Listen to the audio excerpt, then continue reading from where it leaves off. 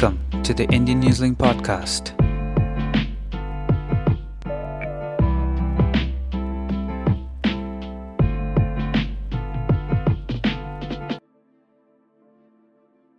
Good afternoon, Mr. Indra Sigiri, Manasa Sirigiri, directors of Link2 Group. Mr. Indra Sigiri is also the Executive Chairman of the Link2 Group, one of the most successful companies in New Zealand, and we have had the pleasure of being associated with you since you started, and we also had the pleasure of watching the company grow. You have won several awards everywhere. You have won the Supreme Business Award of Indian Newsling. You also won the Employer of Choice Award, and you are the best of best in Westpac and various other organizations. Mr. Sirigiri, please tell us how this journey started and how Link2 Group has diversified to offer a variety of services. See, I am basically a civil engineer background, and right from the beginning when I was in India, always had a passion of doing business. And in saying that, I was also working as an employee, and simultaneously I was having my own practice, and we were into engineering. This was in Hyderabad, India. This was in Hyderabad in India. Right. But later on, when we migrated to New Zealand, and as you know, like professional jobs was hard to get into. This was in year 1997, February. 1st of March we were in New Zealand. And then we were looking for jobs and all, and we figured out that it's not possible to get into professional jobs because there was some other registration that all needed here. So then we thought, okay, let us start somewhere. And I joined in a printing industry as an office coordinator, and the journey started from there. And Manasa also, she was not a employee or anything. She didn't work in the past. She had no academics, and it was all new for us to start the journey. And I was doing my job, and later on, after 8 months of arrival into New Zealand, she got a job in a plastic industry where she had to work on machine doing production on production line. This was in East Auckland. In precisely in Penrose. Penrose. Yeah. And there she was like a good worker. See, she only knew to work, that's it. And she broke the records of the company of last 13 years. They used to have the efficiency reports that need to be written. Right. And she was put in the night shift, and she was working, and she broke all the records of their efficiency reports, which they couldn't believe. And they tried putting her in the day shift, and they tested her, and they said, oh, she's a very good worker. So operational efficiency has nothing to do with academic qualification. That's what is proven here. And then later on, she was told that there is no further job for her. Oh, I see. Why was that? Because they lost the contract or something. Okay. But in saying that, they said that we can't afford to lose a worker like this. We got some other area where she can work into. Right.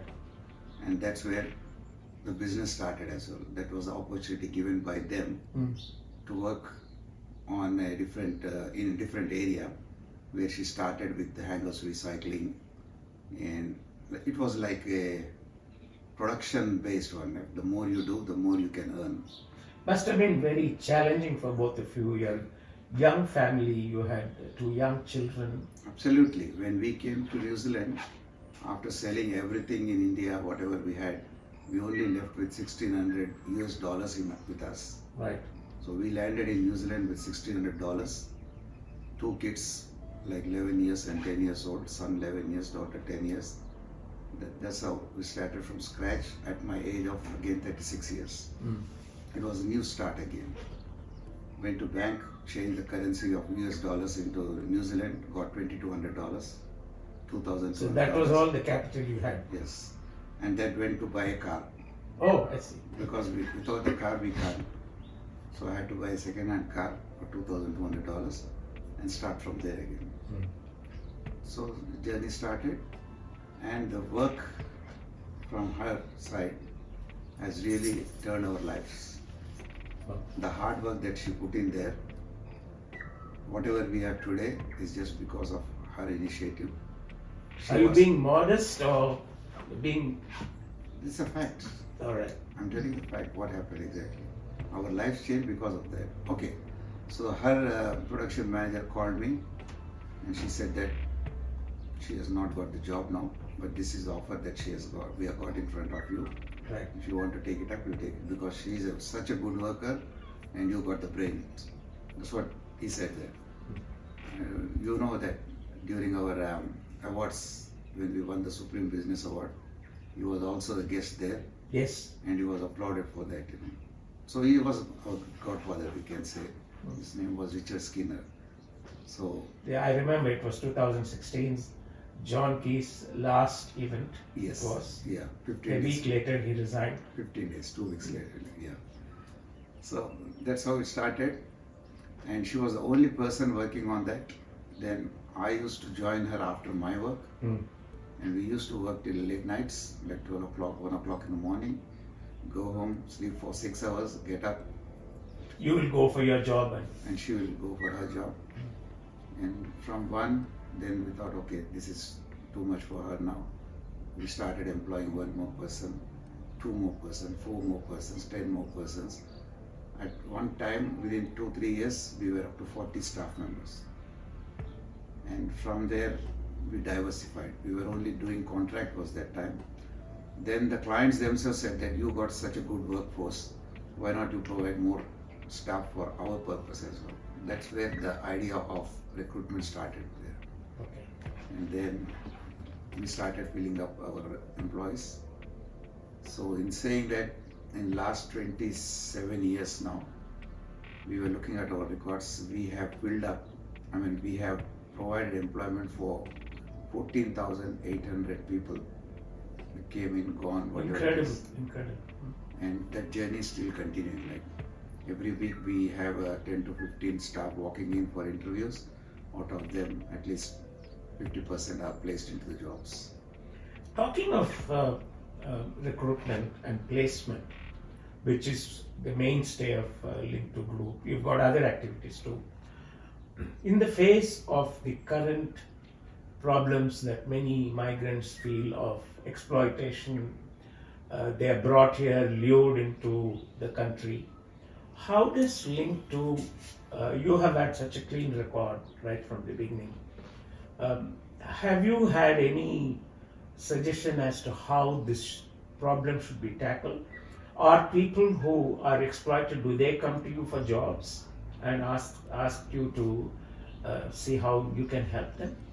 Even this morning we had 2 candidates walk into our office who have been issued with that 6 months interim visas to work. Do they belong to the recently exploited Yes, group of 30 yes, people? from Papakura. Right. And we are taking them on board. I see. Okay. Yes. And we also told them that if they know any other people who are suffering, they got about 40 people with them, friends and families, whatever it is. So we asked them to come as well. So in the coming weeks, they will be walking in, and we are going to provide employment for them as well. So that is really good news, which means those 20 or 30 people who have been left high and dry in Auckland will have, after all, their life beginning here because of you. That's what. So you have found placements for that? Yeah, we already have demand from our clients. During last 3 years, we have been down by 40%, 35 to 40% because of the borders closure. Yeah. And people not in the country, going out of the country, or whatever the reasons are. But now it started picking up since last 2-3 months. So how does the country's immigration policy influence the performance of a company like Link2? Are you entirely dependent on migrant workers, or do you take people locally? See, first of all, our preference is to be like an easy process, which is having people locally hired. Right. But in saying that, if we can't find people in the country, there's no other option that we need to hire people coming from outside. That's what exactly is happening now. That accredited employer work visa is the same thing, and we are accredited. I believe employees. you had an input into that with Immigration Minister Michael Wood. Yeah, when he we started. had a discussion about it, but there are some issues which are still not solved So the government did not listen to you fully. fully. Yeah. Okay. One small example. See, they have government immigration has fixed a median wage. Right. A median wage of says $29.66 per hour, whatever it is. In saying that, an engineer, like a very high profile engineer, if he has to come and work here, he'll be offered $29.66. And a blue collar labor, which we hire as warehouse personnel, is also offered $29.66. So this is not. There's no right. parity. Yeah. So what I was suggesting to Michael Wood or whoever the immigration, wherever we come across, the median wage is fine. The reason for having median wage is to stop exploitation and whatever it is. Yeah. But it has to be categorized. See, you can't give a median wage, fixed median wage for a high profile engineer or a doctor or a IT whatever person, same as a blue collar labor. So that's what the main problem. You are rated you are respected business leader in New Zealand, and people like Christopher Luxon, leader of the National Party, David Seymour, leader of ACT Party, they come and consult you. So would you be advising them how this should be restructured if they form the next government? Yeah, we always do that. In the past also we met them and we expressed the views, but we are waiting for someone to initiate what our recommendations are. Some initiation has to start. Right. So do you think a new government with National and ACT will revisit this issue and become more realistic? Hoping for that. We are hoping and we are waiting for that. So is there a formula that Link2 Group would like to propound to make this sector more viable and make sure that everybody is in a win-win situation? Yeah, of course. We got the formula, we can explain. Right. One example I tell you, I got people working with me, say $24 an hour. They are with us since last 7 years or 8 years, and now they are at $24 an hour. And we have shortage of staff. So we have to employ migrant workers, for which we got the accreditation. Yeah. So I am paying $29.66 for them now. And my worker, who is there with me since last 7-8 years, being a resident of New Zealand, is questioning me now, how come I am with you since so long and same work they are doing for $29.66 and I am paid $24? Right. It's a big problem for us. But in saying that, we are paying $29.66 and cutting our profits to satisfy our clients. Right. Okay. Mm-hmm. So if we provide staff on time to the client, we can retain the client. Follow. So there's no other option that we have to pay them. So really, you're waiting for the new government to come in so that you And to can look into this median wage mainly. That I'm has sure to be like proportionate to the industry. Christopher Luxon knows you very well. I'm sure you are also in his electorate, so he has to satisfy you as a constituent as well. What are the other activities of Link2 Group?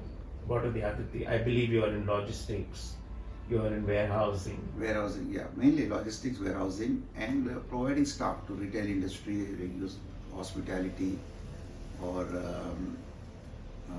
production like manufacturing, food industry. We are in everywhere. We are covered entire logistics. So now Manasa has taken a side step, and she's with you on the board. She's always with me, overlooks, and I'm looking into the management part. But small bits and pieces. For example, as I said this morning, 2 people walked in who are the sufferers of that recent exploitation. She sat with them and talked to them, and I don't know. She just talked and she came up to me and said, "Why not we take all of them?" Okay. Suddenly, I got a client after me since 2 weeks. looking for some construction or like road works or something. He was asking for 20 people. Why not we take them? Very good. And she's from the beginning so generous. She provides lunch for the staff if they are suffering with that. She offered them this morning, you don't worry. If you are, oh, the boy was so happy, like he said that, can I bring my friends also? Yes, you can bring them. Tomorrow they are walking in again. So it's safe for us to say that those who are qualified, who are willing to work, no matter what kind of situation they are in, they might be in the exploited sector, they can look up to someone like you. If they are qualified and willing to work, Yes. they can find a job with Yes, you. immediately This we is can the bless highlight of Link2 now. And we must thank Manasa Sirigiri for this, because she's providing livelihood, whereas you are providing business. Yes, exactly. Exactly, that's right. To people. That's wonderful. Both going together, yeah. Yeah.